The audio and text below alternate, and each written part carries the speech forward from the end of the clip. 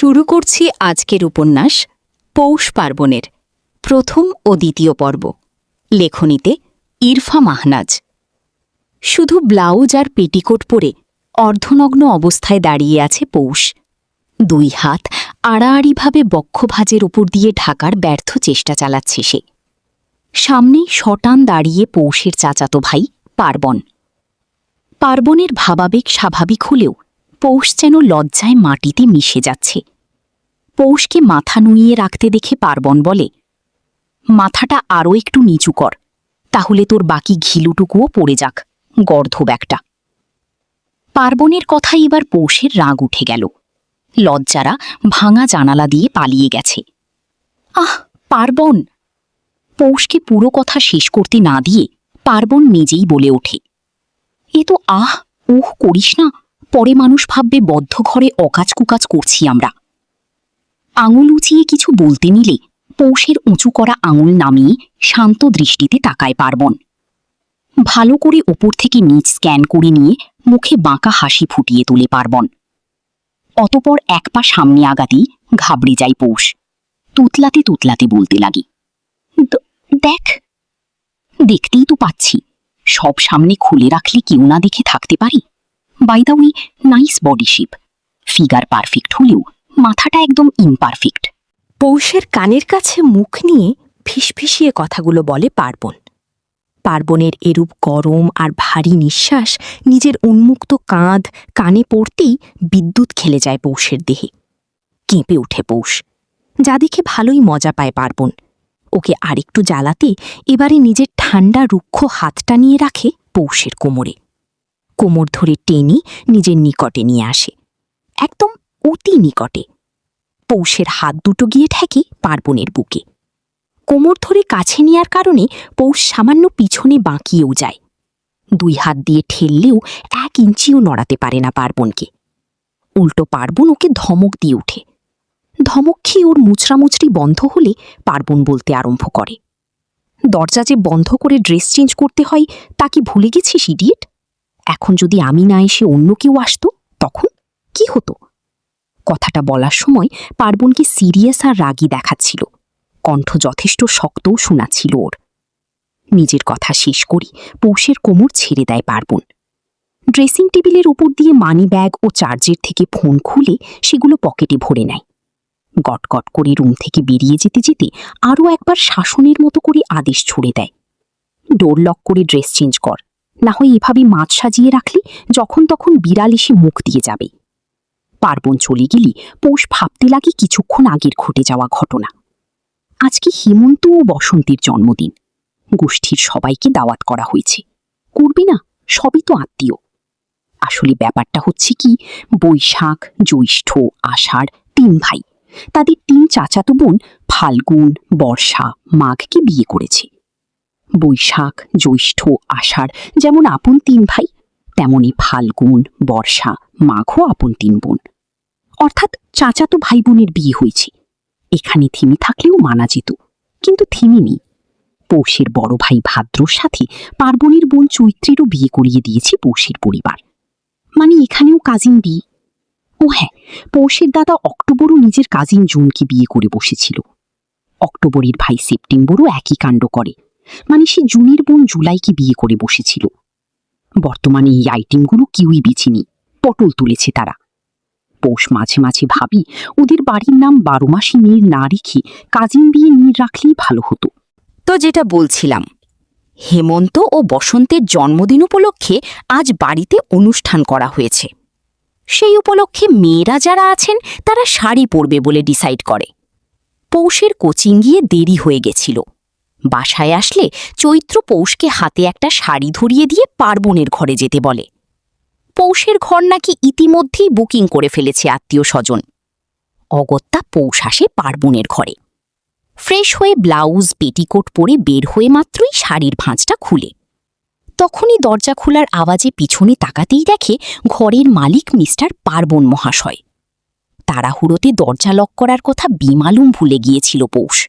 আর ব্যাস, এ তো কাহিনী হয়ে গেল। পৌষ ভাবে এই ছেলে ওর ওপর যেমন দম্ভ দেখায়, বাপরে! পৌষ আর ও তো সিনেজেরই।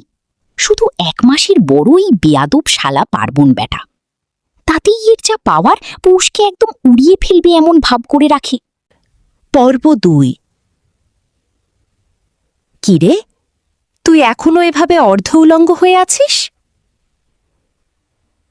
পিছ থেকে পুরুষ কণ্ঠ পেতেই হাত থেকে শাড়ির গোছাটা পড়ে যায় পৌষের।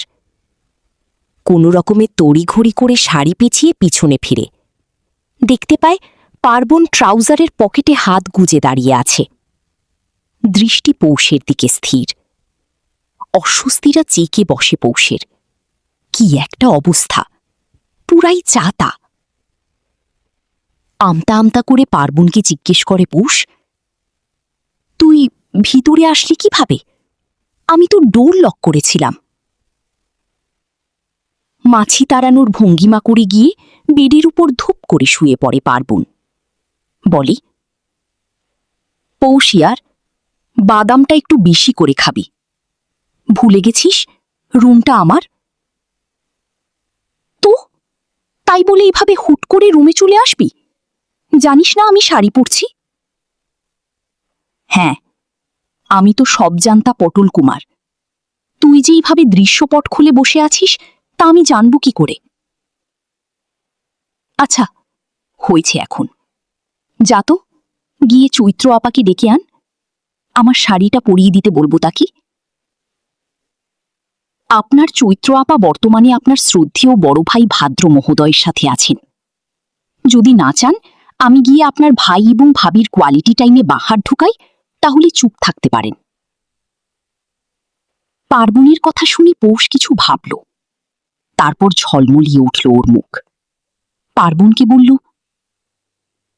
আচ্ছা থাক, চৈত্র আপাকে আর ডাকা লাগবে না। আমি বরং মায়ের কাছে যাই, তুই দরজা আটকিয়ে নে। কথা সমাপ্ত করে যেই না পৌষ যাওয়া ধরে, অমনি ওর হাত চেপে ধরে নিজের কাছে নিয়ে আসে পার্বণ। শক্ত গলায় বেশ জোরেই একটা ধমক দিয়ে ওঠে সে। পৌষকে উদ্দেশ্য করে বলে, মাথা মোটা গাধি, এভাবে তুই ঘর থেকে বের হবি? ফিগার হট সেটা সবাইকে দেখাতে উঠে পড়ে লেগেছিস? কান ঝাঁ ঝাঁ করে উঠল পৌষের। পার্বণের শক্ত মুঠো থেকে নিজের চিকন তুলতুলে হাতটা ছাড়াতে চেষ্টা করে। সক্ষম না হলে কিছুটা জোরেই বলে ওঠে, হাত ছাড় পার্বণ।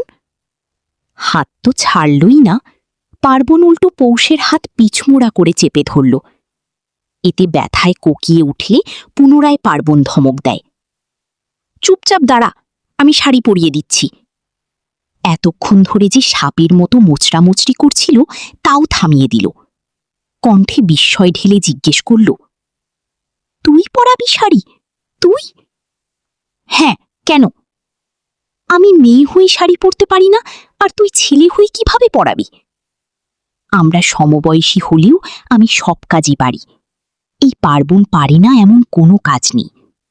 একটু ভাব নিয়ে বলে ওঠে পার্বণ, যা দেখে রাগে হিসহিসিয়ে উঠল পৌষ। আর পৌষের রাগকে থোড়াই পরোয়া করে নাকি পার্বণ? ওর নিজের মতো করে শাড়ি পরাতে শুরু করে। আর এদিকে পৌষ দাঁতে দাঁত চেপে সব সয়ে যাচ্ছিল।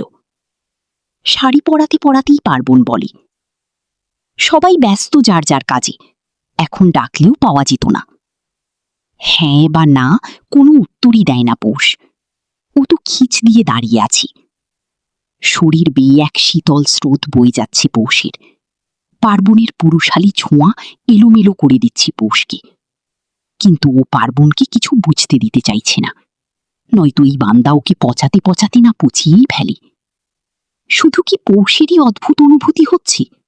না তো, এই যে একটু আগে রাগ দেখানো, ভাব দেখানো ছেলেটা এখন একদম শান্ত।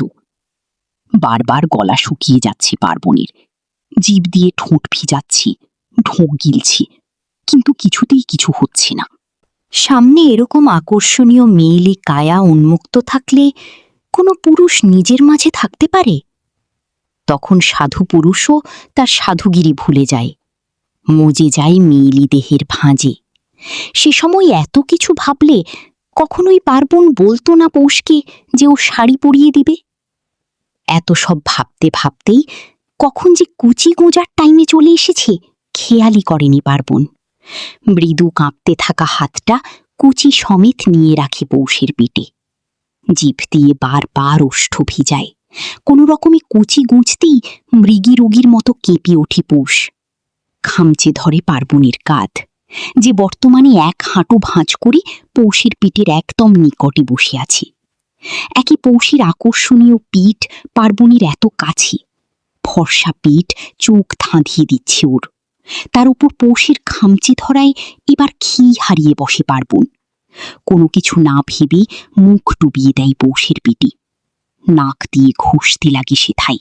শুঁকতে লাগলো পৌষের সত্তার ঘ্রাণ। গুঙ্গিয়ে ওঠে পৌষ, এ যেন আগুনে ঘি ঢালার কাজ করে। ঠোঁট দাবিয়ে গভীর চুমু আঁকে পৌষের নাভি বরাবর। আরো কিছুক্ষণ মুখ গুঁজে রেখে ধীরে ধীরে ওপরের দিকে ওঠে পার্বণ। ফট করে পাঁজা কোলা করে কোলে তুলে নেয় পৌষের ছোটখাটো শরীরটা। এগিয়ে যেতে লাগে পিঁড়ির নিকট। একটা মেয়ে আর একটা ছেলে যখন একসাথে থাকে, পরস্পরের নিকট আসে, তখন আপনাতেই এখানে আকর্ষণ সৃষ্টি হয়। পুরুষ কখনোই মেয়ে দেহ দূরে সরাতে পারে না, আর না তো নারী। দুজন তখন এক আবেগীয় অস্থিরতায় পড়ে। ছটফট করে বিপরীত লিঙ্গের নিকট হতে। মন, মস্তিষ্ক, দেহ একটি কথাই আওড়ায়, হ্যাঁ চাই, তাকে আমার চাই।